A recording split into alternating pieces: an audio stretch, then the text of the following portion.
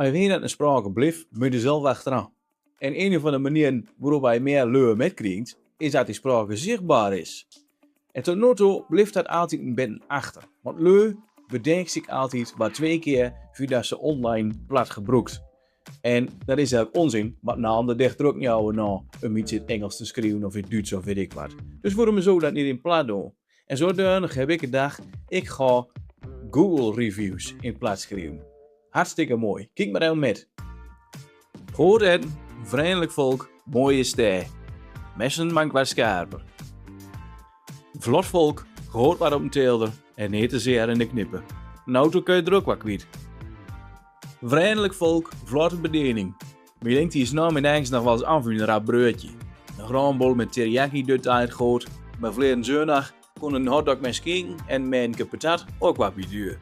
De aardappeltjescake met een kogel ijs was een mooie vuns. En ze verstaan hoe hier was, ook wat weerd. Een zomerdag kan het er ook weer verboeten. En dan zit je aan de duur gewoon de weg, waar al het grootste volk voorbij kunnen plannen. Hey, mooi wat te kijken, of niet dan? En de anders in de Engelse spraak gebruikt, mag wie dat ook.